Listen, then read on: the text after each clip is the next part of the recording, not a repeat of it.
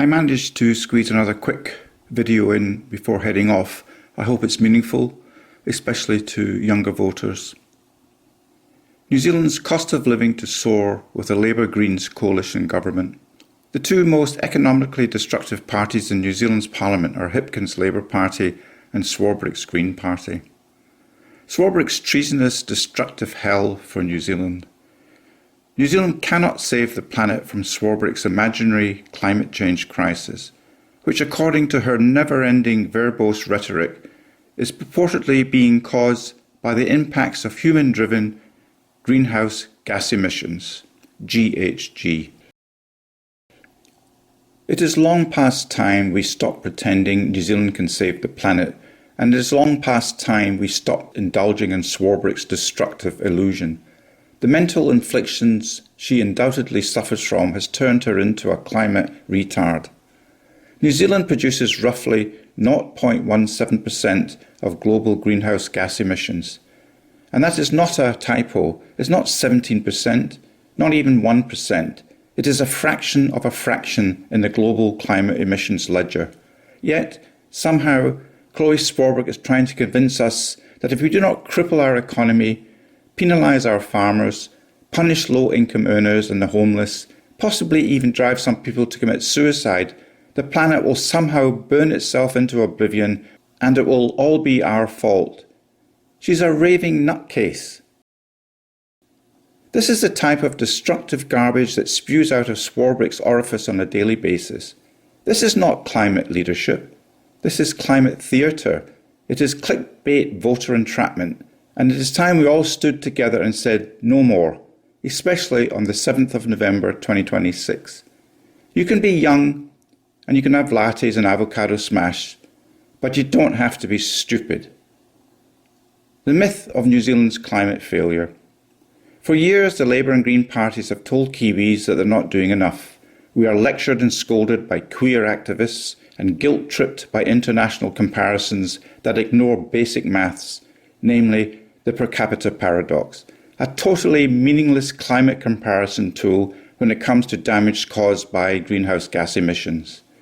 Meanwhile, New Zealand's emissions continue to fall. Our farming practices are among the most efficient in the world, and our environmental standards are higher than most other countries in the world as well. Yet, Swarbrick's Green Party still casts New Zealand as climate failures. Why?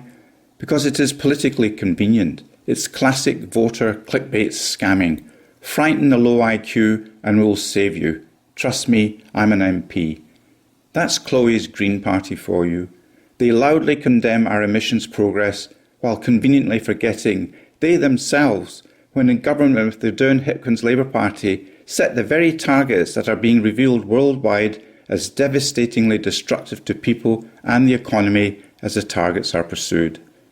And, to rub salt into the wound, the Green Party are the worst polluters in Parliament themselves. They spend hundreds of thousands of dollars flying around the country and the world each year on no questions asked, taxpayer-funded flights, continually dumping filth into our skies while they preach their destructive climate garbage. This is utter, mad hypocrisy. The per-capita illusion, a statistical trick masquerading as moral truth, typically espoused by con artist activist MPs. We are told New Zealand's per capita emissions are too high, but per capita metrics punish small populations, distort reality, and are, for all intents and purposes, meaningless statistics. For example, the Falkland Islands look far worse per capita than New Zealand, yet their total emissions are smaller than microscopic. New Zealand faces the same illusion. We appear worse than China, but only because we are an incredibly tiny population in comparison. Climate change is driven by total global emissions, not by how many people happen to live in a particular country. Pretending otherwise is misleading at best and criminally manipulative at worst. The Green Party, but in particular Chloe Swarbrick, are treasonous, destructive scam artists. The offshoring disaster. This is when the Green Party's climate action actually makes the climate worse. This is the part of the debate that almost no one wants to confront. If New Zealand slashes agricultural production to meet nonsensical climate targets, global food demand will not magically disappear.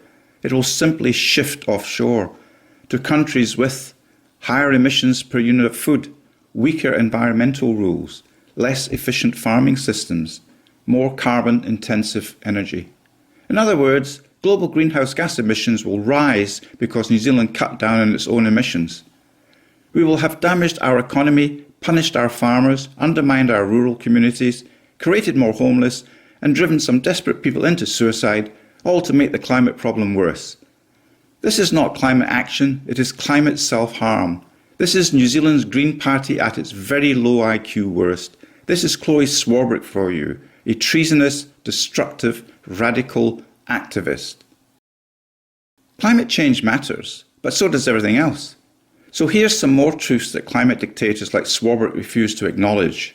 Climate change is not the only crisis New Zealand faces. We are also dealing with poverty and homelessness, a housing shortage, cost of living pressures, mental health challenges. Swarbrick should be very familiar with this one. Social fragmentation, infrastructure decay. A country cannot save the planet if it cannot house its people. A country cannot lead the world if its citizens cannot afford food. A country cannot champion sustainability if its social fabric is fraying. Climate action must be part of a broader strategy, not a tunnel vision that blinds us to every other urgent need. The real path forward. New Zealand should reduce emissions and we should innovate. We should improve, but we should not pretend that our extremely tiny share of global emissions gives us the power or the responsibility to save the world alone. We must stop punishing ourselves for problems we did not create. We must stop offshoring emissions in the name of progress. We must stop ignoring poverty, housing and social happiness while obsessing over targets that barely move the global needle. Climate change is real. Climate responsibility is real. But climate extremism, the belief that nothing matters except emissions, is not leadership. It is destructive blindness. And that, in a nutshell, is the New Zealand Green Party for you. They are anything but green. Thank you for listening. WhangāreiTim.